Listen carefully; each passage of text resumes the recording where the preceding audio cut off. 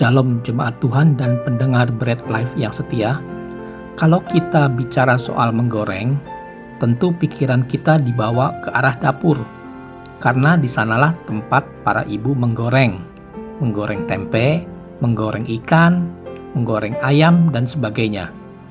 Sejalan perkembangan zaman, kata menggoreng tidak hanya ditemukan di dapur, tetapi juga dapat kita temukan di pasar modal, yaitu menggoreng saham.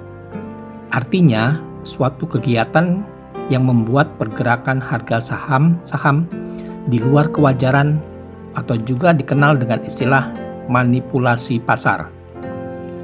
Ada satu kata menggoreng yang lain yang bisa menjadi di mana saja dan sudah banyak penggemarnya serta bersifat negatif, yaitu menggoreng isu. Mengapa banyak penggemarnya? Karena isu yang terus digoreng akan bertambah harum baunya di hidung para tetangga dan sahabat.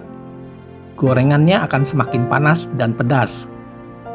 Di dalam KBBI, isu memiliki makna masalah yang dikedepankan untuk ditanggapi atau kabar yang tidak jelas asal-usulnya dan tidak terjamin kebenarannya. Meskipun tidak terjamin kebenarannya, sayangnya isu sudah menjadi makanan favorit masyarakat yang mengunyahnya, terutama dari media sosial. Tantangan terbesar hari ini mungkin jauh berbeda dengan tantangan yang dihadapi oleh generasi tahun 60-an. Saat sekarang, jikalau sebuah isu diviralkan, maka detik itu pun dapat disebarkannya, tidak butuh waktu lama. Kurang lebih seperti itulah realita yang terjadi di tengah masyarakat kita. Suatu hal yang kita kurang sadari adalah bahwa ketika kita menggoreng isu, kita sedang mematangkan sebuah fitnah, yaitu informasi bohong tentang seseorang atau tanpa berdasarkan kebenaran yang disebarkan dengan maksud menjelekkan orang. Mengenai fitnah, Alkitab dengan jelas menulis dalam Yakobus 4 ayat 11-12. Janganlah kita saling memfitnah. Kalau kita memfitnah, berarti kita menghakiminya. Siapakah kita sehingga kita menghakimi sesama manusia? Padahal hanya Tuhan saja pembuat hukum dan hakim. Rasul Yakobus menunjukkan bahwa fitnah juga terjadi di kalangan orang Kristen.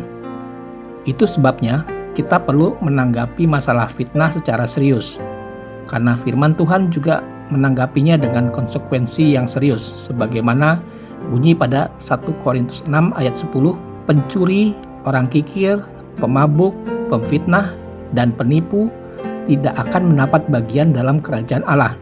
Kita harus memupuk rasa segan dalam hati kita saat mulut kita tergoda untuk menambahkan sesuatu, membicarakan yang tidak ada menjadi ada, dan mengucapkan saksi dusta tentang sesama manusia. Pemfitnah dan pembunuh hanya berbeda senjatanya. Jika pembunuh menggunakan pisau, pemfitnah menggunakan lidahnya. Pemfitnah lebih kejam dari pembunuh karena pembunuh membunuh tubuh, sedangkan pemfitnah membunuh jiwa, reputasi, dan nama baik. Untuk mengatasinya, tidak ada jalan pintas sebelum kita memeriksa hati kita terlebih dahulu. Kita semua perlu datang kepada Tuhan dan mengakui ada masalah dan tendensi dalam hati kita yang suka merasa paling benar dari orang lainnya. Ungkapkan penyesalan kita dan berdoalah seperti Raja Daud. Awasilah mulutku ya Tuhan, berjagalah pada pintu hatiku. Ini ada di Mazmur 141 ayat 3. Maka kasih karunia Allah pasti mengubahkan hati kita. Jemaat Tuhan dan pendengar Bread Life yang setia, semua orang punya salah dan tidak ada yang sempurna. Semua orang mempunyai kekurangan-kekurangan. Hanya Tuhan yang sempurna, dan dengan kasih-Nya Ia masih menutup aib seseorang. Apabila saudaramu mempunyai kesalahan-kesalahan atau ada isu kesalahan seseorang, maka janganlah cepat-cepat menggemakannya, sebab kasih akan menutupi banyak dosa. 1 Petrus 4 ayat 8. Dan siapa yang menggemakannya akan memakan buahnya. Ini ada di Amsal 18 ayat 21. Sepatutnya kita harus bersyukur sekali karena kasih Tuhan yang tidak saja menghapus, bahkan mengampuni segala dosa kita. Terpujilah nama Tuhan selamanya. Salam sehat rohani dan sehat jasmani. Tuhan Yesus memberkati. Amin. Merdeka!